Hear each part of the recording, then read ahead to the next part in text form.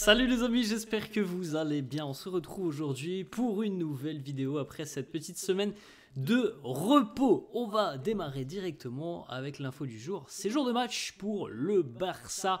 Déplacement ce soir du côté des Canaries pour affronter Las Palmas.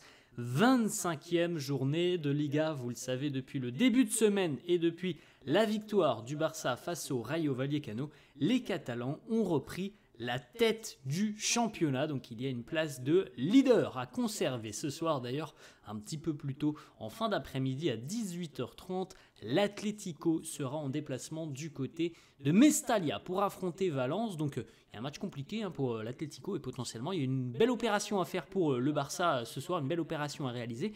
Après, c'est un match aussi compliqué face à Las Palmas, une équipe qui avait réussi au match aller à contrarier le Barça du côté de Montjuïc. Donc ça ne sera pas simple pour les Catalans. Il y a quand même pas mal d'absents du côté de Las Palmas. Donc sur le papier, ça semble déséquilibré, mais il y a aussi l'entraîneur de Las Palmas qui est adepte des bons résultats face au Barça. Et Las Palmas, évidemment, lutte pour son maintien. Donc ça a tout d'un match évidemment qui peut paraître assez compliqué malgré la différence de niveau qui semble assez importante entre les deux équipes. Petite information, c'est le retour aussi pour Pedri ce soir chez lui du côté des Canaries. Ce sera d'ailleurs la première fois que Pedri va affronter son club formateur de Las Palmas dans leur stade à domicile. Depuis qu'il a rejoint le Barça, il n'avait jamais joué là-bas du côté des Canaries avec le Barça. Donc c'est un grand retour pour Pedri du côté de Las Palmas, première fois pour lui. On regarde les amis les unes des quotidiens barcelonais, Mundo Deportivo qui titre Suerte y Derby. Le tirage au sort de la Ligue des Champions a eu lieu hier, on va en parler dans quelques instants.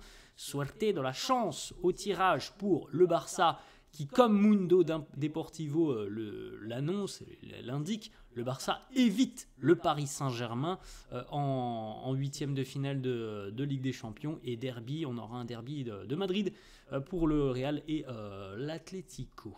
Autre information, vous le voyez ici, Prueba à le leader. La course au titre en Liga continue dès aujourd'hui. La une de sport, Meror impossible, mieux ce n'est pas possible. On regarde les amis le tirage au sort dans quelques instants. Le Barça a donc évité le Paris Saint-Germain. Bon, vous le savez évidemment, il n'y avait pas 36 possibilités, c'était soit le PSG, soit le Benfica Lisbonne pour le Barça. Donc le Barça va retrouver le Benfica, une équipe que les Catalans connaissent très bien puisqu'ils les ont affrontés il y a à peine un mois en Ligue des Champions et on avait eu droit d'ailleurs à un match complètement fou, un scénario complètement dingue qui avait scellé la qualification du Barça en huitième de finale direct. Donc il y avait cette possibilité pour le Barça que ce soit le PSG notamment, le Benfica ou potentiellement ça aurait pu être Monaco. C'est Benfica qui a éliminé l'AS Monaco, donc on aura un double affrontement Barça-Benfica, match aller-retour en Ligue des Champions. Le tirage au sort nous a donné aussi droit évidemment aux dates de cet affrontement. Donc le match aller aura lieu à Lisbonne, à l'Estadio de la Luz, le mercredi 5 mars, donc dans une grosse dizaine de jours à 21h, et le match retour une semaine plus tard, le mardi 11 mars à 18h45. Ce sera un horaire un petit peu particulier pour le match retour. On s'en rappelle les amis, c'était il y a à peine un mois, regardez ce résultat fou, le Benfica qui menait 4-2 à la 77e minute, le Barça qui finit par s'imposer 5-4 à la 95e minute, grâce notamment au but de Rafinha, grâce à un match qui avait été complètement dingue avec des pénaltys, des erreurs de gardiens de but, des appels à la VAR. Bref, il s'était passé énormément de choses dans cette rencontre assez folle où on avait vu un beau visage du Benfica, mais aussi un visage très fébrile défensivement, et on a vu la même chose du côté du Barça. On avait vu un visage offensif assez incroyable, mais défensivement aussi très fébrile. Voilà, c'était un petit peu le paradoxe de cette rencontre. On a vu du très bon de chaque côté et du très mauvais aussi. Au final, le talent du Barça avait parlé. Je pense qu'on a un Barça un peu plus équilibré depuis quelques semaines maintenant. Après, c'est vraiment le match aller qui peut paraître très très compliqué. Le Benfica est une équipe très très solide à la maison. Alors, regardez, le Barça a quand même réussi à venir s'imposer 5-4 en étant mené 4-2 à peine 15 minutes de la fin de la rencontre. Donc ça en dit long sur les capacités, les qualités de cette équipe du Barça. Mais c'est sincèrement le match aller qu'il faut gérer au mieux du côté barcelonais, parce que le Benfica est une équipe qui a quand même du mal à voyager en Ligue des Champions. C'est assez difficile pour les Lisboètes. À la maison, ils ont un gros avantage. Alors, ils ont fait des bons résultats, on l'a vu face à Monaco tout de même, mais c'est quand même une équipe où il y a une différence assez importante entre l'aspect match à domicile et l'aspect match à l'extérieur. Le chemin qui peut emmener le Barça donc en finale de Ligue des Champions à Munich. Regardez un petit peu, et oui, si vous traînez un petit peu sur les réseaux sociaux, beaucoup de personnes voient déjà le Barça quasiment en demi-finale de LDC, parce que le Barça va affronter donc le Benfica sur cette double confrontation, et potentiellement, si on se projette un petit peu plus loin, en cas de qualification face aux Lisboètes, le Barça peut retrouver soit le Borussia Dortmund, soit Lille. Donc on a quand même sur le papier un avantage assez important au Barça, qui a déjà battu en plus le Borussia cette saison aussi en phase de groupe. Et cette équipe lilloise qui a fait déjà de très belles choses depuis le début de la compétition, mais ça va devenir un peu plus compliqué maintenant aussi pour Lille. Donc tout le monde imagine déjà le Barça en demi-finale de LDC.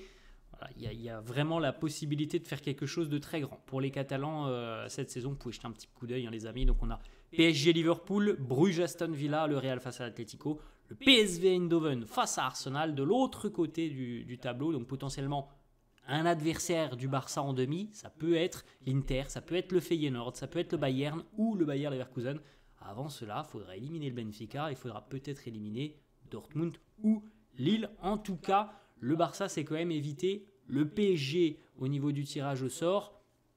Les experts pensent évidemment que c'est plutôt positif d'affronter le Benfica que le Paris Saint-Germain, sans manquer de respect aux Lisboètes. En plus, le PSG semble très en forme quand même depuis à peu près un mois et demi maintenant.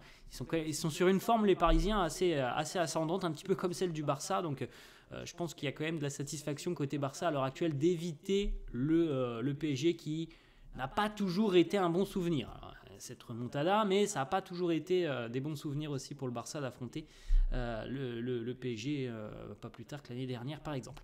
On continue. Deux déclats d'Echo qui nous dit pour le moment le tirage au sort nous met dans cette partie de tableau que vous avez vu les amis, qui semble, mais on sait qu'il y a des surprises, c'est le foot, il y a des surprises en Ligue des Champions. Le tirage au sort semble être positif pour le Barça. Et on dit bien semble être positif. Maintenant, il faudra le matérialiser sur le terrain. Deco nous dit, voilà, le tirage au sort nous a mis dans cette partie de tableau. Premièrement, on doit battre le Benfica et se qualifier. Ça sera difficile. On sait que l'atmosphère va être très compliquée là-bas. Je pense que le Benfica est une équipe très solide à domicile. On doit se concentrer sur le premier match contre eux. Je pense que, c'est mon avis, je pense que le Benfica ne sera pas en mesure, selon moi, d'aller faire un résultat du côté de Barcelone. C'est mon avis, donc c'est pour ça que le match aller est je pense, très important à négocier pour le Barça, parce qu'il peut se passer beaucoup de choses au match aller. En revanche, au match retour, je pense que le Barça dominera très nettement la rencontre et le Benfica sera en difficulté, donc il faut faire très attention au match aller, à ne pas hypothéquer ses chances. On a vu de quoi est capable le Benfica. On sait de quoi est capable le Barça. On a vu aussi ce que pouvait proposer le Benfica à la maison.